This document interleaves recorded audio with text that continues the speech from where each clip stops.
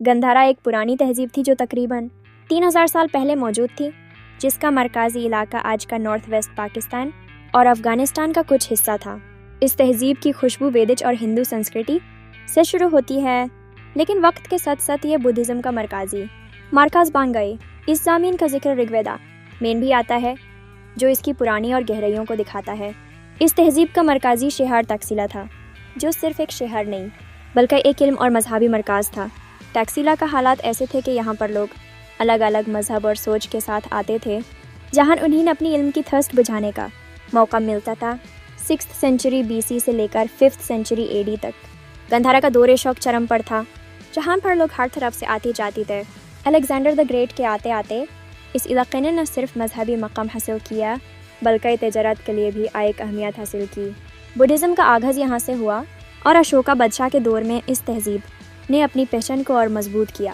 Gandhara art اور culture کا ایک مثالی مرکز تھا، جہاں گریکو رومن اور انڈین تہذیب کا ملاپ دیکھنے کو ملتا ہے۔ یہ آرٹ زیادہ تر بدھا کے اسٹیچوز اور اسٹوپاس میں نظر آتا ہے، جو آج بھی روئنس کی شکل میں ٹیکسیلا اور سواٹ کے علاقوں میں دیکھے جا سکتے ہیں۔ ان بدھیانوں کا ایک گہرا اثر ان لوگوں پر تھا جو اس علاقے سے گزر کر جاتے تھے، ان کی سوچ اور طریقوں پر۔ گندھارا کی تہذیب کی نشانیاں آج بھی ہمیں یہاں کے آرکیولوجیکل سائٹس پر دکھائی دیتے ہیں۔ ان محسوسات کی تلاش میں ہم اکثر اس حقیقت کی طرف واپس جاتے ہیں جب لوگ کلچر اور آرٹ کی طرف عشق سے دیکھا کرتے تھے۔ یہ تہذیب آج بھی ہمیں انسپائر کرتی ہے یہاں کے لوگوں کی غالبیت اور ان کی ڈیڈیکیشن کے لیے۔ گندھارا کو صرف ایک پرانی تہذیب نہیں بلکہ ایک ایسے سلسلے کی طرح دیکھا جاتا ہے جسے ہماری آج کی سوچ، آرٹ اور دھرمک اصل کا پتہ چلتا ہے۔ گندھارا کا گولڈن ٹائم وہ تھا جب یہ سلک روڈ کا ایک انجام تھا، جہاں سے تجارتی قافلے اور سوچ کی لہریں گزرتی تھی۔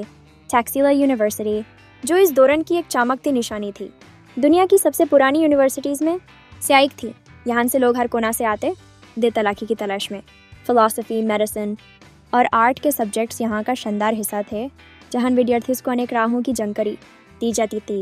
بہت سے بدھسٹ منکس یہاں آ کے اپنے گیان کو اور وستر دینے کی کوشش کرتے تھے، جیسے ہی وہ اپنے شکشا کو دیش دھارک لہروں میں انفلیٹڈ۔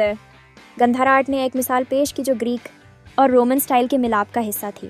یہاں بدھا کے پہلے انسانی صورت والے پرتمے بنائے گئے، جو اس کلا کے رنگین رنگ میں خود کو ویکت کرتے ہیں۔ ان پرتمائن کی روشنی میں ہم دیکھتے ہیں کہ کیسے کلا کو دھارمک، ارتھ اور سماجک وکاس سے جوڑا گیا۔ یہ صرف ایک شلپا نہیں تھا بلکہ یہ لوگوں کے دلوں میں سمندر کی گہرائی کا اثر چھوڑتا تھا۔ ٹیکسیلا اور سواٹ کے اسٹوپاس اور مونسٹریز اس وقت کے شاندار آرکیٹیکچر اور دستکاری کی مثال ہیں۔ ہر دیوار پر ایک کہانی ہے جو کل کے دنوں کی یاد دلاتا ہے۔